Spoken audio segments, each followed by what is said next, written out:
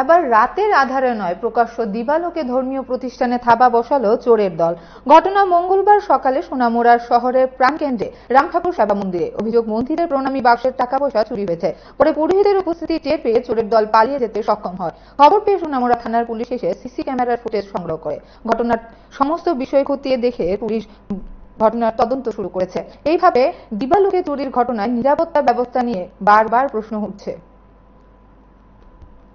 57 শুরু হয়েছে এবং 57 থেকে আধা ঘন্টা 1 ঘন্টা চেষ্টা করার পরে ভাঙা হয়েছে গ্যাসটা ভাঙার পরে পুরোহিত আসার সঙ্গে সঙ্গে যখন দরজা খুললো তখন পেছন দিয়ে পালাই, মন্দিরের পেছন দিয়ে পালাই।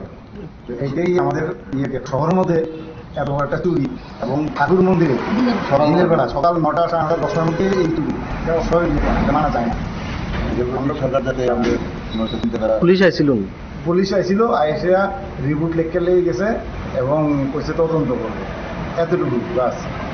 আপনার বিষয়টা এইটু কি ঠিক না, একটা মন্দিরের মধ্যে ধর্মীয় স্থানে চুরি করাটা আমরা ভালো লাগলো না চলবে।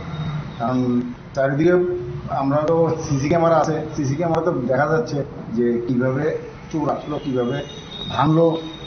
এগুলি এখন যদি এগুলি উদ্ধার করার জন্য বা টাকা পয়সা চুরি ধরা যায় তাহলে বোঝা যাবে কি কে এসে। এটার প্রতি যাতে প্রশাসনের নজর থাকে।